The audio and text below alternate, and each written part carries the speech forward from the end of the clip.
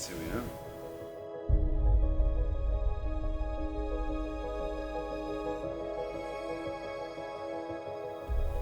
Yeah, has anything come up since the last meetings? Any afterthoughts? Well, only about being accused very early on of stopping him hunting and shooting. Let's now go back to the other life, before this life, as it were. Mm-hmm. Your first memory after being born. Anything as a child? I mean, it was a very unhappy childhood. I remember seeing my father slap my mother across the face, and I was hiding behind a door, and she was crying.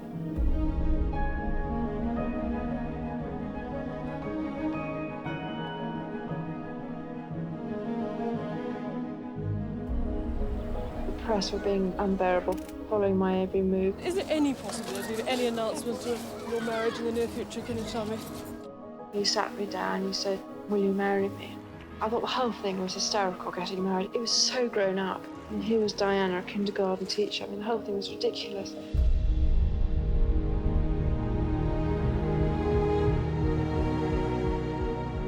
I once heard him on the telephone saying, "Whatever happens, I'll always love you." And I told him I'd listened at the door. We had a filthy row.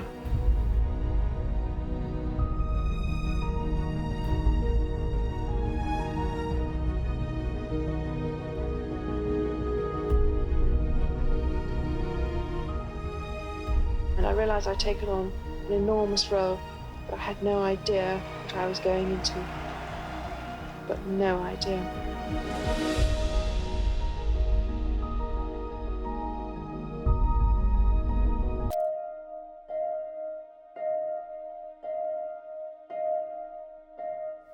Charles rang me up from Cloisters, saying, "I've got something to ask you." Instinct in a female, you know what's coming. Anyway, I sat up all night with my girls saying, "What do I do? What do I say?" By that time, I had realised there was somebody else around.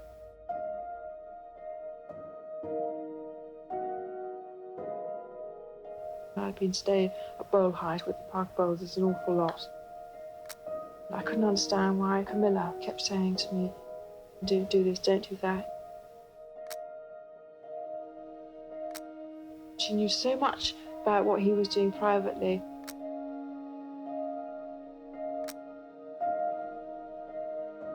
Eventually I worked it all out.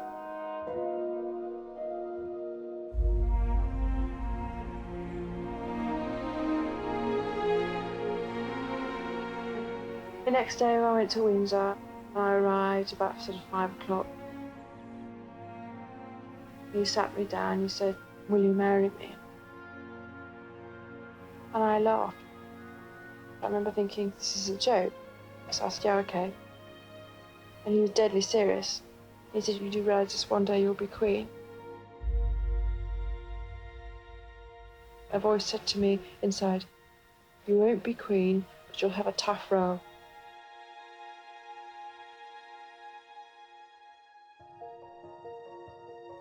So I thought to myself, okay. So I said yes. Then I said, "I love you so much, I love you so much." And he said, "Whatever love means." Said it then. So I thought that was great. I thought he meant that. How much thought did you really give the proposal? A lot, actually. In my immaturity, which was enormous, I thought that he was very much in love with me, which he was. He sort of had the besotted look about him, looking back at it, but it wasn't the genuine sort. You know, who is this girl who's so different? But he couldn't understand it, because his immaturity is quite good in that part. And it was like a call for duty, really. Go and work with people. When I arrived at Carrott's house, there was a letter on my bed from Camilla, dated 2 days previous, saying such exciting news about the engagement. Do let's have lunch soon when Prince Wales goes to Australia and New Zealand. And love to see the ring. Lots of love, Camilla. And that was, wow.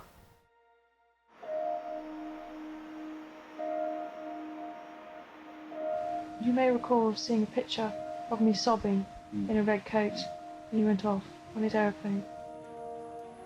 That was nothing to do with him going. The most awful thing had happened before he went. I was in his study talking to him about his trip. The telephone rang, it was Camilla. Just before he was going for 5 weeks. So I thought, shall I be nice or shall I just sit here? So I thought I'd be nice, so I left them to it. And it just broke my heart there. Mm.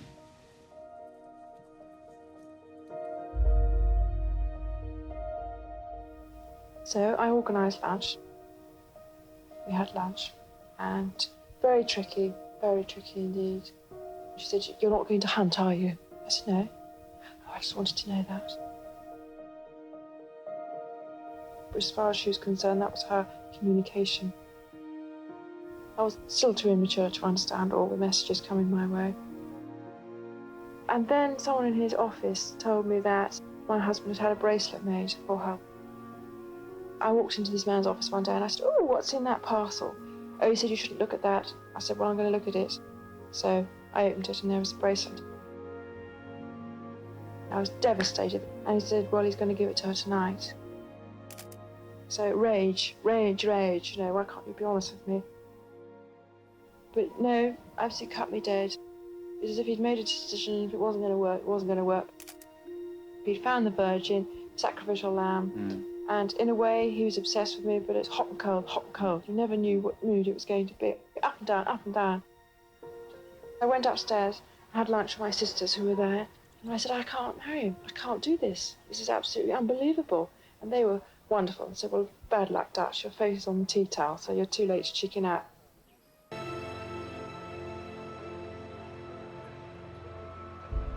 The public side was very different, obviously, from the private side. The public side, they wanted a fairy princess. Touched them and everything would turn into gold. And all their worries would be forgotten. Little did they realise that the individual was crucifying herself inside. She didn't think she was good enough, and why me? Why all this publicity?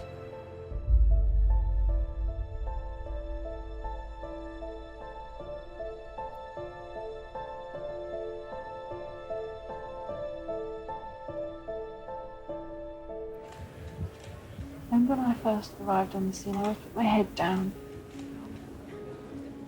Now, from that point of view, I interpret it, yes, it did look sulky. Just so frightened of the attention I was getting. Head down. But I can remember that I didn't want to do anything on my own. I was too frightened. I mean, the thought of me doing anything on my own sent tremors. So I stuck with whatever Charles did, and it included a wife. I went with him all the way, wherever. I was just so desperate. I knew what was wrong with me, but nobody else around me understood me. I needed rest and to be looked after inside my house, and for people to understand the torment and the anguish going on in my head. Because I had a smile on my face and everybody thought I was having a wonderful time. What they chose to think, maybe they're happier thinking that. It didn't get easier. I just got used to what people required from the Princess of Wales, what Diana thought wasn't going to come into it yet.